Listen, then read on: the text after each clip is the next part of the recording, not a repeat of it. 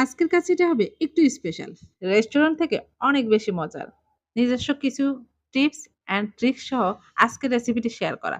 থাকবে আমার নিজস্ব একটা স্পেশাল মসলা। এর কাচ্চিটা যদি আপনি একবার তৈরি করে খান, নিজে নিজেকে বলবেন যে, "এত মজার কাচ্চি আমি নিজে তৈরি করে ফেললাম।" হ্যালো এভরিওয়ান, আসসালামু আলাইকুম। শুরুতে একটা লাইক দিয়ে দেখা শুরু করবেন।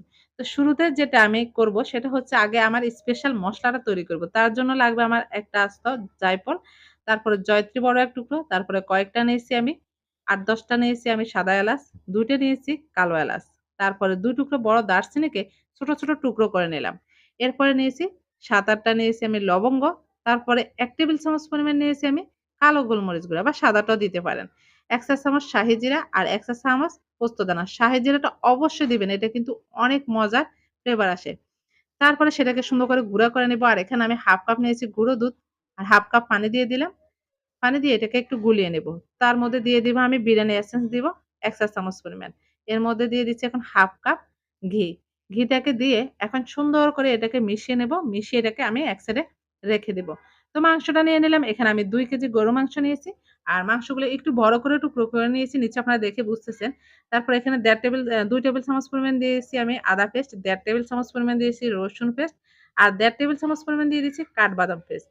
তারপরে এখানে দিয়ে দিচ্ছি আমি পেঁপে চামড়া সহ পেস্ট করা ১.৫ চা চামচ পরিমাণ। আর যদি শুধুমাত্র চামড়া দেন সেক্ষেত্রে হচ্ছে আপনারা ১ চা চামচ পরিমাণ দিবেন। বেশি দিলে কিন্তু স্বাদটা নষ্ট হয়ে যাবে। তারপরে ১.৫ চা চামচ দিয়ে দিচ্ছি আমি লাল মরিচ গুঁড়ো আর ১ চা চামচ দিয়েছি জিরা গুঁড়ো। আর অন্য কোনো মসলা নেই। এখানে আমি ব্যবহার করব আমার নিজস্ব যে আমি স্পেশাল মসলাটা তৈরি করলাম পুরোটা কিন্তু দিয়ে দিলাম। তারপরে এখানে দিয়ে দিচ্ছি ১/২ কাপ পেঁয়াজ বেরেস্তা আর ১/২ কাপ দিয়ে দিচ্ছি আমি এখানে টক দই। তারপরে দিয়ে দিচ্ছি ১/৪ কাপ পেঁয়াজ বেরেস্তা করা যে তেলটা আছে সেটা। এরপরে এটাকে সুন্দর করে মেখে নেব। তো এরপরে দিয়ে দিচ্ছি এখানে আমি ওই যে দুধের যে মিশ্রণটা আছে এখান থেকে আমি অল্প পরিমাণে দিয়ে দিচ্ছি। মানে ২-৩ টেবিল চামচ পরিমাণ দিয়ে দিলাম। স্বাদ মতো দিয়ে দিচ্ছি এখন লবণ। এরপরে সুন্দর করে এটাকে মাখিয়ে নেব। তো মাখতে, মাখতে সবাই কমেন্ট করে জানান যে কে কোথা থেকে আমার ভিডিওটি দেখছেন যাতে করে পরবর্তীতে আপনাদেরকে আমি ধন্যবাদ জানাতে পারি। তারপরে এটাকে সুন্দর করে মেখে নিব। এমনভাবে মাখাবেন যাতে মাংসের প্রত্যেকটা কোণায়, কোণায় মসলাটা পৌঁছে যায়। কারণ মসলাটা কাচ্চিটা রান্না করার সময় কোন রকম নাড়াচাড়া করা হবে না। এজন্য এটাকে এভাবে ভালো করে মেখে নিতে হবে। তো আমি এটাকে ০.৫ ঘন্টার জন্য রেখে দিচ্ছি। আপনার যদি পেঁপে বাটা দেন সেক্ষেত্রে কিন্তু বেশি একটা সময় রাখার দরকার নেই। ০.৫ ঘন্টা থেকে ১ ঘন্টা রাখলেই হবে। আর এখানে হচ্ছে আলু। আলুটার মধ্যে আমি স্বাদ মতো লবণ আর কিছুটা অরেঞ্জ ফুড কালার দিয়ে এটাকে মেখে নিলাম। আলুটা তো অবশ্যই কাচ্চি বলতেই কিন্তু আলু। আলু মানে এই আলুটা খেতে অনেক বেশি মজার হয়। সবাই কিন্তু আলুর পাগল। তো আলুটাকে সুন্দর করে এটাকে আমি উল্টে-পাল্টে ভেজে নিচ্ছি। ৪ টা যাতে সুন্দর করে ভাজা হয় সেটা অবশ্যই লক্ষ্য রাখবেন। এরপরে হচ্ছে মাংসটাকে আমি এখন বড় একটা হাঁড়িতে নিয়ে নিচ্ছি। কারণ যে হাঁড়িতে আমি ১ম এ মেরিনেট করেছি সেটা ছোট হাঁড়ি ছিল। যেহেতু আমি রাইস সহ দিব একটু বড় হাঁড়িতে নিয়ে নিলাম। এই যে সুন্দর করে মানে তলানির মধ্যে এটাকে মি আ বসিয়ে দিয়ে তারপরে এর উপরে আমি একটা স্টিলের বাটি দিয়ে দিলাম। আর এই যে একটা কয়লা পুড়িয়ে নিচ্ছি। তো কয়লাটাকে সুন্দর করে পুড়িয়ে নিয়ে এই বাটিটার উপরে রাখবো। এর মধ্যে ১ চা চামচ ঘি দিয়ে দিব। এরপরে দেখবেন সুন্দর একটা ধোঁয়া আসবে। আর এটার ফলে মানে কাচ্চিটা এত বেশি মজা লাগবে ঢাকনা দিয়ে ঢেকে রেখে ১০ মিনিট রেখে দেব এটার স্মোকি ফ্লেভারটা মাংসের মধ্যে ঢুকে যাওয়ার জন্য। এরপরে রাইসটা সিদ্ধ করে নেব। এখানে আমি এলাচ, তেজপাতা আর দারচিনি আর ১ চা চামচ শাহি জিরা, স্বাদ মতো লবণ দিয়ে পানিটা ফুটিয়ে নিচ্ছি। পানিটা যখন ফুটানো হয়ে যাবে ও আচ্ছা এখানে আমি ১ চা চামচ দিয়েছি আ সয়াবিন তেল। তেলটা দিয়ে মানে তেলটা দিলে রাইসটা অনেক বেশি ঝরঝরা হয়। তারপরে রাইসটাকে আমি হাফ সিদ্ধ করে নেব। হাফ সিদ্ধ করার পর রাইসটাকে উঠিয়ে পানিটা ঝরিয়ে একটু নেড়ে রাখবো।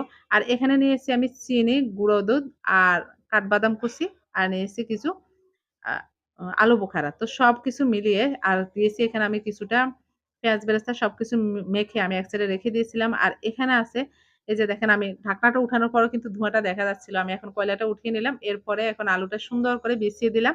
তারপরে দিয়ে দিচ্ছি কিছুটা আ কাঁচামরিচ। এরপরে যে আলু বোখারা গুঁড়ো দুধের মিশ্রণ ছিল সেখান থেকে অর্ধেকটা এখানে দিয়ে দিলাম। দিয়ে এরপরে আবারও কিছুটা পেঁয়াজ বেরেস্তা দিয়ে দিলাম। এখন রাইসটা দিয়ে দিব।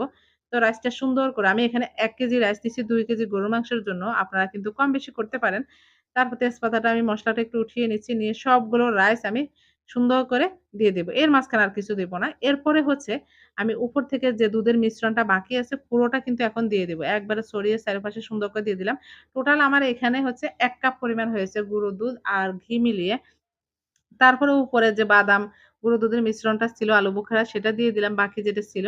এরপরে একটু অরেঞ্জ ফুড কালার মানে জর্দার কালার যেটাকে বলে সেটা কিছুটা শুকনো দিয়ে দিলাম আর কিছুটা দিয়েছি একটু পানির সাথে মিশিয়ে। এরপর উপরে ফয়েল পেপার দিয়ে দিচ্ছি। ফয়েল পেপার দিয়ে সুন্দর করে এভাবে সাইডে সাইডটা চেপে দিয়ে তারপর হচ্ছে ঢাকনাটা দিয়ে দিব। আর আমি ননস্টিকের হাঁড়িতে দিয়েছি। এরপরে ফয়েল পেপারটা সুন্দর করে এভাবে চারিপাশ থেকে গুজে দিব। মানে উপর নিচ করে যাতে করে ভাপটা কোনোভাবে বের না হয়। আর আপনারা যদি সিলভারের হাঁড়িতে করেন সেক্ষেত্রে হচ্ছে আঠা দিয়ে সুন্দর করে সাইডে সাইডটা ভালো করে সিল করে দিবেন। এই যে দেখেন আমি এটা সুন্দর করে সিল করে দিয়েছি। আর এটার তলানিটা কিন্তু একেবারে মোটা সেজন্য আমি সরাসরি চুলায় বসিয়ে দিয়েছি। আর আপনারা যদি সিলভারের হাঁড়িতে করেন নিচে অবশ্যই তাওয়া দিয়ে নিবেন। তো ১ম এ হাই হিটে ১০ মিনিট রাখবো, তারপর ১.৫ ঘন্টা রাখবো একদম লো স্পিডে। তারপরে এই টাইমের মধ্যে কিন্তু আপনার কাচ্চিটা একবারে পারফেক্ট হয়ে যাবে। লাস্টে ১.৫ ঘন্টা মানে লো হিটে রাখবেন। এখন আমি উল্টিয়ে দেখাচ্ছি মানে টোটাল আমার ১ ঘন্টা ৪০ মিনিট মানে রেখেছিলাম চুলায়। এই যে দেখেন আমার কাচ্চিটা পুরোপুরি তৈরি। মানে লাস্টের দিকে কিন্তু একটা ভাপ বের হয়। মানে কাচ্চিটা যে হয়ে গেছে একটা ফ্লেভার আপনি পাবেনই। তারপরে এটাকে এখন দেখেন আমি উঠিয়ে দেখাচ্ছি ঠিক কিরকম হয়েছে। মানে এই কাচ্চিটা খাওয়ার পর আপনি বলবেন যে রেস্টুরেন্টে গিয়ে আমি কখনো আর কাচ্চি খাবো না, বাসায় খাবো। এটা আপনার বাসায় হাতের তৈরি, কোন রকম ভেজাল থাকবে না। আর এই যে স্পেশাল মসলা বা কয়লার যে একটা মানে ধোঁয়া দেওয়া, এটার কারণে একটা স্মোকি ফ্লেভার মানে এত বেশি মজার আপনি ভাবতেও পারবেন না, যতক্ষণ না খাবেন। আর আমি তো এটা পোলাও চাল দিয়ে করেছি, আপনারা আসলে ইয়া দিয়ে করতে পারেন। বাসমতি চাল দিয়ে করতে পারেন, তো সেটা রেস্টুরেন্টের মতো হবে দেখতে। আমি আমার ঘরোয়া উপায়ে ঘরে যে পোলার চাল ছিল সেটা দিয়ে করেছি। এটা খাওয়ার পর বলবেন যে রেস্টুরেন্টের চাইতে এটা অনেক, অনেক বেশি মজার। তো আশা করি ভালো লেগেছে। এই যে একেবারে গরম তাও আমি একটু দেখিয়ে দিচ্ছি মাংসটা কতটা সফট হয়ে গেছে। আজকের জন্য বিদায় নিচ্ছি। সবাই ভালো থাকবেন। আল্লাহ হাফেজ।